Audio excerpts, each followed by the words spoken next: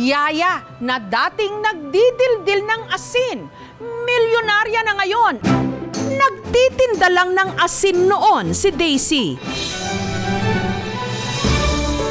Pero ngayon, may-ari na ng 5-story building.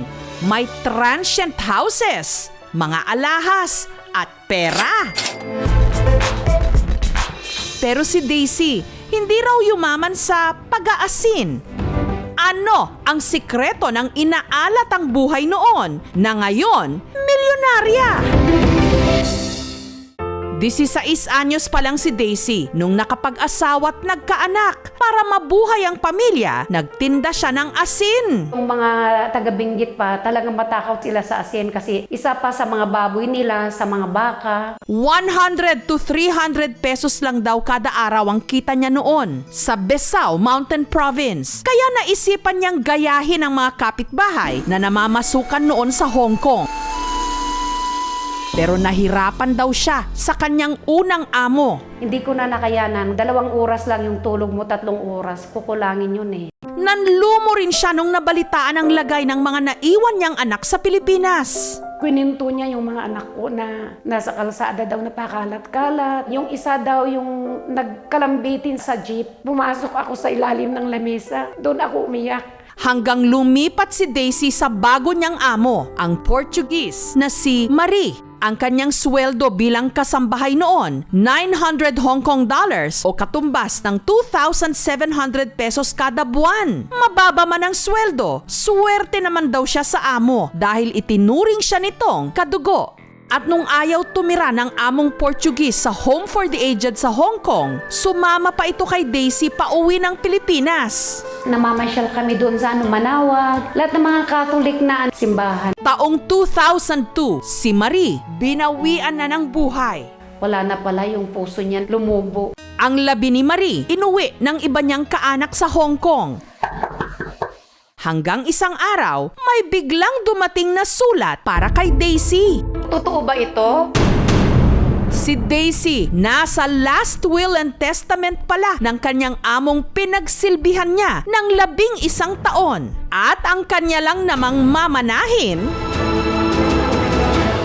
Apartment na worth of 26 million pesos, 25 million na na-convert sa peso din na dollar. Yung mga stock sa iba-ibang company. ang iba pang nakakalulang minana ni Daisy mula sa dati niyang amo. Susunod na! Dahil sa tapat na serbisyo ni Daisy sa kanyang among Portuguese na si Marie na pinagsilbihan niya ng 11 taon, isinama siya nito sa mga pamamanahan. Dinala kami sa executive room, well-treated kami doon. Totoo ba to?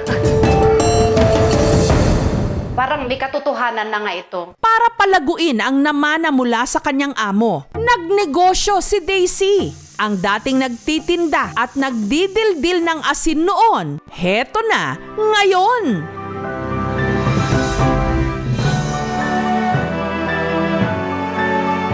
Nakapagpatayo ng 5-story building kung saan matatagpuan ang kanyang penthouse. Talagang ginawa ko talaga yun para ma-picture out ko yung pinanggalingan ko. Some of the culture and tradition ng mga Agawinians, inilagay ko na rin dyan. Meron ding hanging garden design sa sala at kusina na parang gubat. Nature lover kasi ako, kaya yung gusto ko yung mga may mga halaman sa paligid ko. Sa pagtatanim namin, inabot lang ng 1 month, pero more on ako talaga ang nagkapit ng mga moss. At ito na yung marker natin.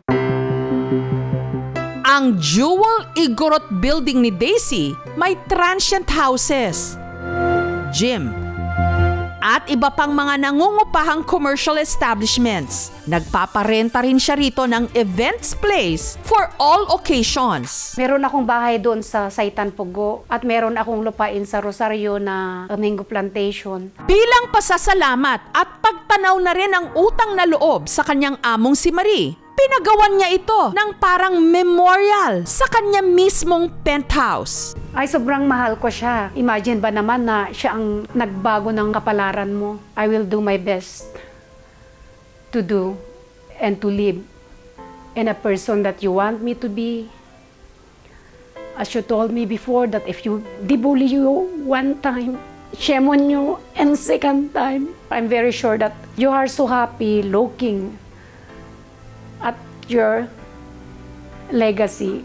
Super talaga yung saya ngayon sa binigay ni Madam Marie na pamana. Maraming naitulong sa aking pamilya. Sa mga OFW, naghihirap man kayo ngayon, patient and hard work is the key to success. The overall denominator ng ito ay yung honesty. Kung anumang trabaho meron ka dyan, gawin mo na ng tama.